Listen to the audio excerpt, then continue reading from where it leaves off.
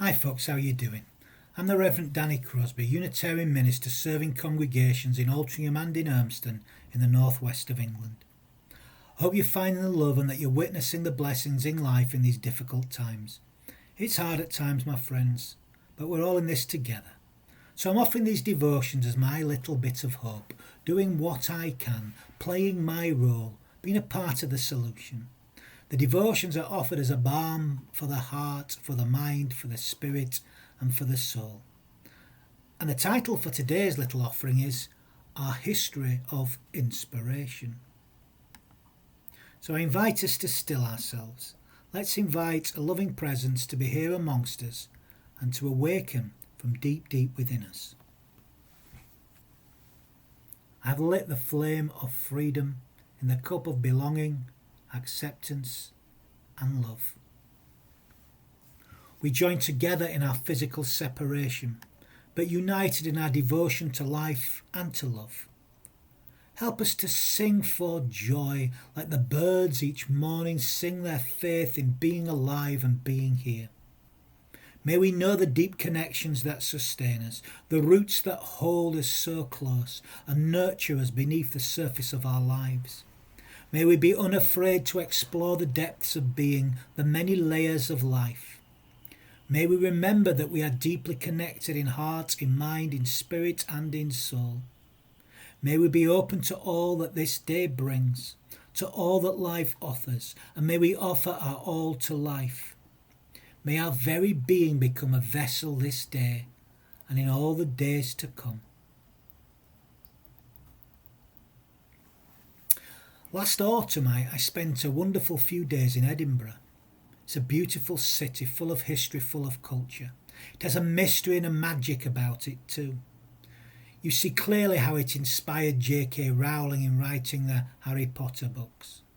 It's got its darker side too, not just in its history but also in its present. It has its fair share of homelessness and addiction issues. Sue and myself spent some time on the Friday evening we were there helping the Sisters of Mercy as they fed many suffering people. By the way, the Sisters of Mercy are an order of nuns who work every day serving these desperate people. They are not that Leeds-based goth band from the 1980s that I used to love, by the way. The work was deeply humbling and it made me appreciate all that is my life. How different my life could have been actually. If circumstances had gone another way, I could quite easily have been in that situation. I don't forget that. Very grateful for the blessings of my life. As we travelled, it was a gorgeous journey north as we drove to Edinburgh. Driving through the beautiful countryside and watching the colours change as autumn set in. We passed many landmarks depicting historical sites and places. At one point I was taken back to university and my first degree, which was in politics and modern history. I love history. We had not long entered Scotland when I saw a sign stating that this was the birthplace of Thomas Carlyle. Carlyle was a leading philosopher and historian of the Victorian age. He is perhaps best known for the great man theory. The central claim of the theory is that history is shaped by highly influential and unique individuals who, due to their natural attributes such as superior intellect, heroic courage or divine inspiration, had a decisive historical effect. A classical example for Carlyle being Napoleon Bonaparte, who shaped the Napoleonic era named after him. As Carlyle stated, the history of the world is but the biography of great men. This reflected his belief that heroes shape history through both their personal attributes and divine inspiration. For Carlyle, history was shaped by the decisions, works, ideas and characters of the heroes. He depicted 6 types of hero, these being the hero as divinity, such as Odin, prophet, such as Jesus, poet, such as Shakespeare, priest, such as Martin Luther, man of letters, such as Rousseau, and king, such as Napoleon. He believed that if an individual studied such figures, that they would be inspired to uncover their own genius within. Carlyle was not saying that no other factors were involved in shaping history, just that these great figures were the decisive ones. Now, of course, there are many, many, many other theories of history, and many that disagree with Carlyle's view. And his theory may well be true of the history that I was taught, certainly as a young lad in school. But I'm not convinced it's true when we look at our own experience and certainly our own personal lives, our personal histories, the things that have really shaped our lives. I bet the most important people of our lives won't have statues built in their memory. Having said that, I do wonder what Carlyle would make of our age in what has become a culture shaped by the uber celebrity. And I do wonder who shapes our lives. What will history say about us? About our time and place, our generation? And we are, of course, debating this currently, looking at the statues and looking at the character of the great men and occasionally the great women. It is really important to look at these figures and the history behind them, who they were. It will help us become more historically literate, actually, which will be a very good thing indeed. A sense of history is vital to the understanding of any life, as life actually is, to truly see these histories as they are and look at life as it truly is, to have a sense of what makes society what it is. We need a sense of history to place ourselves, to understand ourselves and to understand the state we live in, the world that we live in today. A true sense of history, which is more than the history of great men and great women, by the way. There's more to it than that, so much more. It will blind us to history, actually, if we just look at those so-called great figures. I wonder who and what has been significant in our actual lives. Who and what has touched and shaped our lives? Who are the significant people? What are the significant moments and events? It's the moments that we remember, of course. These moments that shape our lives. But I'm also convinced, actually, that our lives are shaped by many unremembered moments that affect us without us even being fully aware of them at the time. Our lives are surely shaped by every moment and every person that we share our lives with. I bet that those homeless people in Edinburgh will remember those Sisters of Mercy and those other volunteers who gave of themselves to ensure that they at least got one warm meal a day. Meant everything to them. I've been thinking of the people who have inspired me, who gave to me and kept me going in my darkest days. I was thinking of this as I enjoyed the sights and the history of Edinburgh. One of the great figures of the 20th century came to mind as I was wandering around looking at the great figures of that city. I remembered a favourite quote of Albert Schweitzer. The quote began to sing in my heart. At times our own light goes out and is rekindled by a spark from another person. Each of us has cause to think with deep gratitude of those who have lighted the flame within us. There are many people who have inspired me, who have lit the flame when all was dark. There are many who have taught me life-enhancing, near life-changing things. There are so many souls who have inspired me and who continue to do, even though they've been long gone. They still inspire me today. Now, inspire is one of those words, like so many words in common usage, that has been reduced in meaning as time has gone by. We have reduced its power as our lives have become secularized, I suppose. Inspire originally meant immediate influence of God, especially with reference to the writing of a holy book. coming from the French inspiration, meaning inhaling, breathing in inspiration, coming from the Latin inspirare, meaning to breathe in, meaning to inflame. To inspire means to breathe upon, to blow into, to excite, to inflame, to affect, to arouse. But to do so through spirit or soul, it's a divine activity.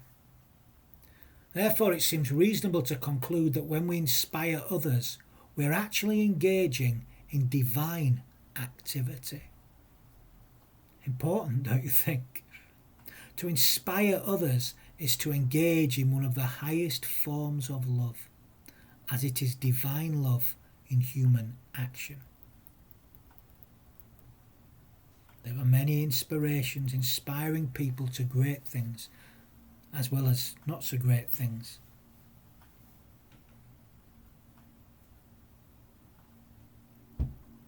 Thomas Carlyle saw the great figures of history as the ultimate inspirations. To him, they were geniuses. Nowadays, many people are labelled as geniuses. Some say it's an overused statement, actually. Well, I think it's an underused statement, if you like. An underused word. I think that it ought to apply to anyone who inspires another to be all that they can be. For surely the real genius of anyone is to inspire another to truly come alive. For in so doing you are breathing new life into another person. Maybe, just maybe, we ought to build monuments to each and every one of them. Now, wouldn't our towns and cities look interesting if we built monuments to all those that have inspired us? It'd be full of monuments. Maybe that's the way forward. Or maybe we ought to be just living, breathing monuments, and there should be none of those around town. Who knows? It's not for me to decide. Edinburgh, like any major city, has many monuments to the great and the good, as they call them, each telling something of its history, both good and bad, the light and the dark. Many are quite controversial, actually. I remember as I walked round and about Edinburgh Castle and explored the exhibits of Scots who have fought in countless never-ending wars, I was moved by many of the individual personal stories. I always am when I go to such places, actually. Not the great figures, but the individual personal stories that the museums seem more interested in, thank goodness, these days. As I walked out of one of the many museums, I saw in front of me a mustachioed figure mounted proudly on a horse. I stepped closer and I realised it was Lord Haig. Instantly I thought of all the stories I'd been thinking of wandering round the castle, and I remembered that line said of the sacrifice of the First World War, lions led by donkeys. Haig is certainly one of those controversial figures. That said, there were many other ordinary figures, ordinary statues actually, that remembered the many war dead. I found these figures humbling, actually. These were ordinary, humble figures, and they were far more moving. Rather than the proud figure of Haig on his horse, these humble figures touched something much deeper in me. I saw many statues as I wandered round that city. Now, of all the statues I saw, the most memorable was not of a human at all. And no, it wasn't Greyfriars Bobby, although I did love it when I saw that statue and the story behind it. The story of love and devotion, if ever there was one. Now, the statue that really moved me was a huge statue of a bear in Princess Street Gardens. The statue is of Wojtek. That's how it's pronounced anyway. Wojtek, I don't know. I'm not Polish. Wojtek, the soldier bear, who was adopted by Polish troops during the Second World War and helped carry ammunition during the Battle of Monte Cassino. After the war, he lived in Scotland at Hutton in Berkshire, before ending his days in Edinburgh Zoo. The statue is actually not only of Wojtek, but also a Polish army soldier. The statue is of him and a Polish army soldier walking together in, as it says, in peace and unity. It makes a statement, actually, the statue, about fighting for freedom and showing support and comfort to those who are suffering. It celebrates the ties that have been established in Edinburgh and Poland between these two communities that have settled there, the Polish community that have settled there these last 70 years. And it strives to further strengthen that bond over time. It's a beautiful, beautiful symbol in that statue. We should make more statues like that, really. If we're going to build statues, not these proud figures standing superior, these so-called great men. No. I want to know about the ordinary. They're the real inspirations to me.